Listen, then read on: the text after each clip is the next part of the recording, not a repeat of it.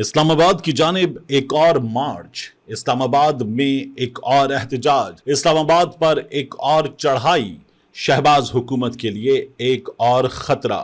کیا فضل الرحمان کی جماعت جمعیت علماء اسلام فے ایسا احتجاج کرنے جا رہی ہے جس سے سرکار گر جائے گی؟ فضل الرحمان کی دھمکیوں سے تو ایسا ہی لگ رہا ہے، ان کی جماعت کے رہنما اپنی تقاریر سے ایسا ہی اشارہ دے رہے ہیں، اور یہ احتجاج کب ہو سکتا ہے؟ آئیے اس صورتحال کا جائزہ لیتے ہیں۔ دینی مدارس کو حکومت کے اثر و نفوذ سے آزاد رکھنا چاہتے ہیں، یہ ایک بنیادی اصول ہے۔ جمعیت علماء اسلام کی اسرائیل مرد آباد کانفرنس کل پشاور میں ہونے جا رہی ہے۔ حکومت اور جے یو آئی میں مدارس کے بل پر ڈیڈ لاک برقرار ہے۔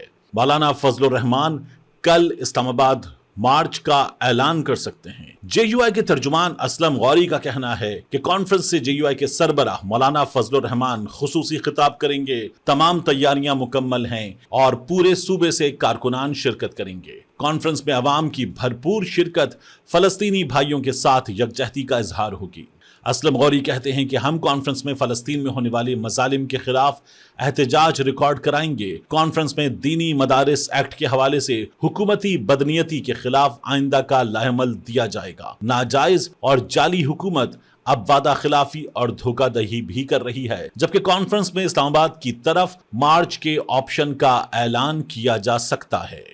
کانفرنس سے مرکزی سیکرٹری جنرل مولانا عبدالغفور حیدری، اسلم غوری، امجد خان، اسد محمود، انجینئر ضیاء الرحمان، مولانا عطا الرحمان، مولانا عبدالواسع، مولانا عبدالقیوم حالیجوی، راشد سومرو، عطاء الحق درویش، آغا محمود، شاہ حافظ نصیر خطاب کریں گے۔ ذرائع بتاتے ہیں کہ مدارس کی رجسٹریشن بل کی منظوری کے معاملے میں حکومت اور جے یو آئی کے درمیان ڈیڈ لاک برقرار ہے۔ جے یو آئی نے معاملے پر سخت لاعمل اپنانے کا فیصلہ کیا ہے۔ فضل الرحمان کل پشاور کے جلسے میں آئندہ کے لاعمل کا اعلان کریں گے اور امکان ہے کہ وہ اسلام آباد کی جانب مارچ کا اعلان کر دیں۔ ذرائع کا کہنا ہے کہ اسلام آباد مارچ کے حوالے سے جے یو آئی کا مشاورتی مرکزی اجلاس ہو رہا ہے۔ اسلام آباد کی جانب مارچ کی تاریخ سے متعلق مشاورتی اجلاس میں رات تک اعلان سامنے آ سکتا ہے۔ دوسری جانب پشاور میں تقریب سے خطاب کرتے ہوئے مولانا فضل الرحمان نے کہا کہ آپ ہمارے مدرسوں کو شدت پسندی اور انتہا پسندی کی طرف دھکیل رہے ہیں، مگر ہم صبر سے کام لے رہے ہیں۔ بیوروکریسی اور اسٹیبلشمنٹ جتنا چاہیں ہمدردی کے الفاظ استعمال کریں، ہمیں کوئی اعتماد نہیں۔ فضل الرحمان نے کہا ایک فتنہ الحاق کا ہے اور دوسرا فتنہ ارتداد کا ہے۔ ان فتنوں کو روکنے کا کام مدارس کر رہے ہیں۔ مدارس میں احادیث پڑھائی جاتی ہیں، یہ مدارس امت کی رہنمائی کرتے ہیں۔ اس وقت تمام دینی مدارس کو دباؤ میں رکھا گیا ہے تاکہ ان کو مجبور کیا جائے۔ میں تو دینی اور دنیاوی تعلیم کے درمیان تفریق کے بھی خلاف ہوں۔ علم دینی ہو یا دنیاوی، علم علم ہوتا ہے۔ انہوں نے کہا کہ بیوروکریسی اور اسٹیبلشمنٹ جتنا چاہیں ہمدردی کے الفاظ استعمال کریں، ہمیں کوئی اعتماد نہیں۔ یہ جتنی میٹھی زبان استعمال کریں پھر بھی ان پر اعتماد نہیں کریں گے۔ میرے ساتھ ہمدردی کے الفاظ استعمال کریں، ہمدردی کے جملے میرے سامنے رکھیں۔ ہم تو مدارس کو مین سٹریم میں لانا چاہتے ہیں۔ ہم تو دینی مدارس کے فضلاء کو مختلف شعبوں میں کھپانا چاہتے ہیں۔ ہم تو دینی مدارس کے فضلاء کو باروزگار بنانا چاہتے ہیں۔ یہ گڑ میں وہ زہر ہے جو دے کر آپ در حقیقت ہمارا قتل عام کا انتظام کر رہے ہیں۔ انہوں نے دینی مدارس کو تباہ کر دیا ہے، ہم انہیں آزاد کریں گے۔ اب تک جو دینی مدارس آپ کے ہاتھ میں آئے ہیں، آپ نے وہاں کی دینی علم کا خاتمہ کر دیا ہے۔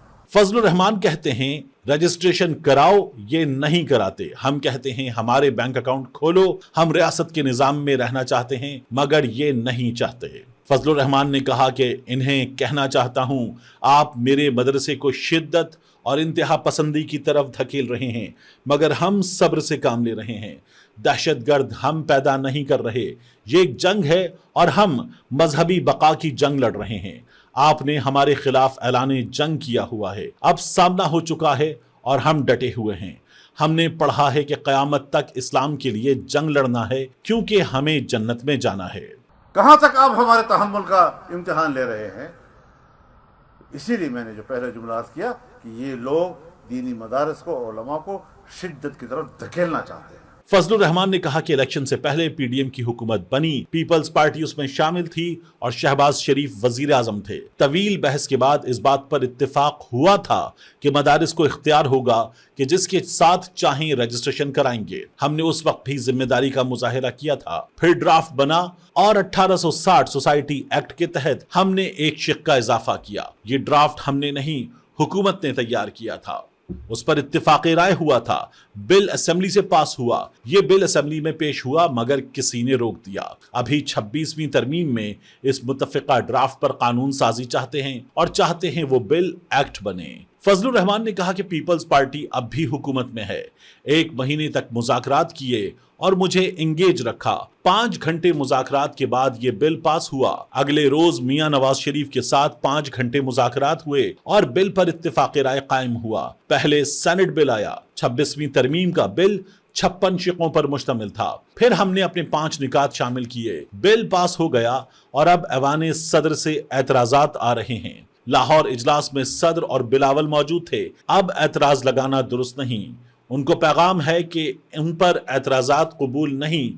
کہاں تک آپ ہمارے تحمل کا امتحان لے رہے ہیں؟ مولانا فضل الرحمان نے کہا کہ ہم نے بندوق یا ڈنڈا نہیں اٹھایا، دلائل سے بات کی۔ آپ 56 شقوں میں سے 34 سے دستبردار ہوئے، ہمیں مذاکرات سے انکار نہیں، لیکن اگر ہم مایوس ہو گئے تو انہیں بتائیں گے کہ آپ کا دباؤ چلتا ہے یا ہمارا ایسی سوچ والے احمقوں کی جنت میں رہتے ہیں۔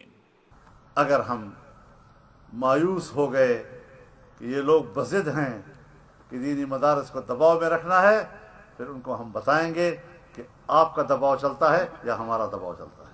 فضل الرحمان اور ریاست کے درمیان اس مسئلے پر صورتحال یہ ہے کہ ریاست برس ہا برس سے یہ چاہتی ہے کہ مدارس ریاست کے کنٹرول میں آ جائیں، حکومت کے کنٹرول میں آ جائیں۔ مدارس کا نصاب حکومت اور ریاست کی مرضی کا ہو، مدارس کے بینک اکاؤنٹس حکومت کے چیک کے انڈر ہوں اور مدارس کی رجسٹریشن کی جائے، جبکہ تنظیمات اتحاد المدارس کے حوالے سے ذرائع کا یہ کہنا ہے کہ وہ اپنی فنڈنگ کے حوالے سے مکمل تعاون کے لیے تیار نہیں ہیں۔ مدارس اس بات پر بھی آمادہ نہیں ہیں کہ حکومت انہیں مکمل کنٹرول میں رکھے۔ مدارس نصاب کے حوالے سے بھی حکومت کی بات مکمل طور پر ماننے پر آمادہ نہیں ہے۔ ذرائع کا کہنا ہے کہ آصف علی زرداری نے ابھی جو بل واپس بھیجا ہے اس کی وجہ یہ ہے کہ ریاست اس میں کچھ مزید تبدیلیاں چاہتی ہے، جبکہ فضل الرحمان کے لیے یہ قابل قبول صورتحال نہیں۔ اس سے آگے بڑھ کر کیا ہوگا؟ کیا فضل الرحمان اسلام آباد کی جانب مارچ کا اعلان کریں گے؟ کیا اسلام آباد کی سڑکیں ایک بار پھر میدان جنگ کا منظر پیش کریں گی؟ کیا فضل الرحمان کے اسلام آباد آنے پر ان کی جماعت سے ویسے نمٹا جائے گا جسے پاکستان تحریک انصاف سے نمٹا گیا؟ کیا ان کے لیے کنٹینرز کے پہاڑ ہوں گے، آنسو گیس کے شیل ہوں گے، سڑکیں کھودی جائیں گی، رینجرز، ایف سی، اسلام آباد police, Punjab police, Sindh police کے دستے موجود ہوں گے؟ اور کیا اس موقع پر بھی پولیس سے نعرے لگوائے جائیں گے، ریلی نکلوائی جائے گی اور دعویٰ کیا جائے گا کہ ہم تیار ہیں، جو آئے گا گرفتار ہو کر جائے گا؟